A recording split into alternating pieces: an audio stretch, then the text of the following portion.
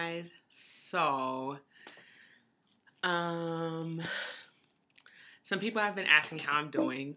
So I figured I'd give you guys an update on my life and how I'm dealing post my dad's death. It's been 48 days, so about a month and a half, a little bit over a month and a half since my dad died. My dad died suddenly on March the 29th, which was Good Friday. And life has been, a whirlwind. Like, my world was shocked when that happened. But, I am, I'm making it. I'm enduring. Gosh, that's not cute. Anyway, I'm making it. I'm enduring. But more than that, like, I'm overcoming. I'm surviving. I'm doing more than surviving. I'm thriving. And I never thought in a million years that this could be my reality. Clearly, I'm still in grief. I mean, it's only been a month and a half. People are saying, I hope you're grieving well. I really don't know what that means to grieve well. I'm not an expert on grief. This is the most impactful thing that's happened to me in my life. I thought fighting obesity was, but it has nothing compared to what I'm facing right now. However, I've learned a lot of tools from that journey about perseverance and endurance and being present in the affairs of my own life and learning to be okay with just facing life one day at a time, one decision at a time.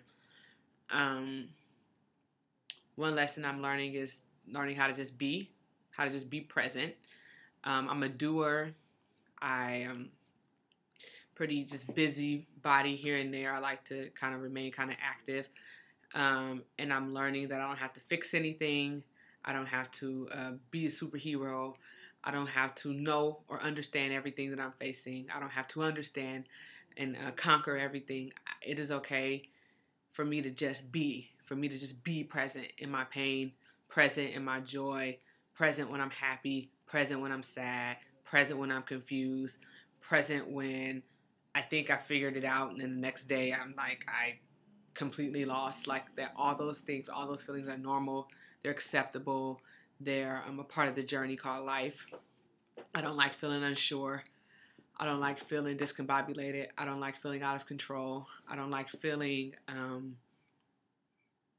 like I don't have a grasp or understanding on my circumstances. And a lot of times that's how I've been feeling lately. And but God's been my source. He's been sustaining me. He's put amazing people in my life to help me. One thing that's been really difficult for me, just in general, is regaining control of my health. I haven't worked out in like 2 weeks, a week and a half, which is abnormal for me. And it's really hard because I'm struggling with being good at everything. And I know that that's impossible. And I feel like so much of life I'm facing all at one time in trying to have strength and organization and perfection and excellence at everything. It's very difficult for me right now. And so balance and priorities have to be shifted, and that's really difficult for me right now. I'm trying to reassess like what really matters in my life, and it's difficult to balance friendships, family, work, ministry, my own goals, my own pursuits, just sleep, balance, exercise, eating right, making sure I spend time with my godchildren, making sure I spend time with my nephews, making sure I'm present in the life of other people in my life, because that's a big part of who I am. All of that can be very difficult. But in the midst of like grieving and but then still just living an active life, that's hard. But I can't give up. This health journey has been way too much for me to fail. So I'm refiguring out what that looks like, trying to replan my life, restructure my life. I just did a radio show last week, which was amazing. That was a really cool opportunity for me to share my story. So I'm like, I can't give up now. Like, people are still knocking on the door, asking me how I'm doing it. So I got to keep doing it. Yeah, my book is not finished. I have not worked on my book in months, especially since my dad died. And I'm really trying to finish that up. I have one chapter left. I need to knock that out. and just get back on board with it. But I will say the highlight of my life, as difficult as it may be, as hard as it may be at times, the absolute highlight of my life right now is being a youth pastor. Those kids mean the world to me, and as frustrating as my life gets, and as overwhelming as my life gets, and as discouraging as my life may get, every time I stand in front of those kids, every conversation I have, every text message conversation, every time I engage them kids, it revitalizes me. Like, that is my joy right now, and they give me a reason to keep going. They give me a reason to keep going. I love my kids. They give me a reason to keep going.